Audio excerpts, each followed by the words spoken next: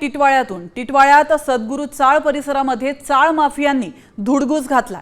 घरात घुसून महिलांना मारहाण करत घराची तोडफोड केली आहे। 10 ते 12 गुंडांनी वयोवृद्ध महिलेच्या घरावर हल्ला करून मारहाण केल्याची घटना घडली आहे। हप्ता न दिल्याच्या कारणावरून हा वाद झाल्याची माहिती मिळते। परिसरात भीतीचं वातावरण निर्माण झालंय आणि पीडित महिलेने पोलिसात तक्रार देखील दिली आहे। आता पोलीस या गुंडांवरती नेमकी काय कारवाई करतायत याकडे देखील आपलं लक्ष असणार।